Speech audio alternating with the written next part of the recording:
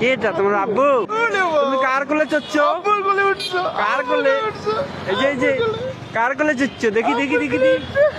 দীর্ঘ ৩ মাস আজমিরা বিথি ও মানিক আলাদা থাকার পর অবশেষে সকল দ্বন্দ্ব ভুলে একই ছাদের নিচে বসবাস শুরু। কিন্তু দুঃখের বিষয় ছিল, মেয়ে তার বাবার আদর পায়নি, আর ছেলে তার মায়ের ভালোবাসা থেকে বঞ্চিত ছিল।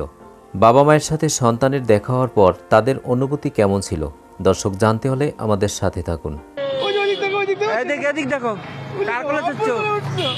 কার কোলে? কার কোলে চড়ছ? কে এটা? কে কে কে কে কে কে কে এটা? কে এটা? তোমার আব্বু? তোমার আব্বু? তোমার আব্বু? এটা তোমার আব্বু? দীর্ঘদিন পর মানিক তার মেয়েকে পেয়ে আদর ভালোবাসায় বুকে জড়িয়ে নিল। মেয়েটাও বাবাকে দেখে খুশিতে আত্মহারা। বাবা মায়ের এমন মধুর মিলন দেখার জন্য দেশবাসী অনেক অপেক্ষায় ছিল। বাবা যেমনই হোক, সন্তানের কাছে পৃথিবীর শ্রেষ্ঠ মানুষ। মেয়েটা বাবাকে দেখে বেশ হাসি খুশি ছিল। মেয়েকে দেখার জন্য, আদর করার জন্য বাবার পরাণটাও শুকিয়েছিল। দিন শেষে আজমিরা বিথি ও মানিককে হাজারো সালাম। সন্তানের জন্য হলেও সকল রাগ ভুলে আবারও একই ফ্রেমে।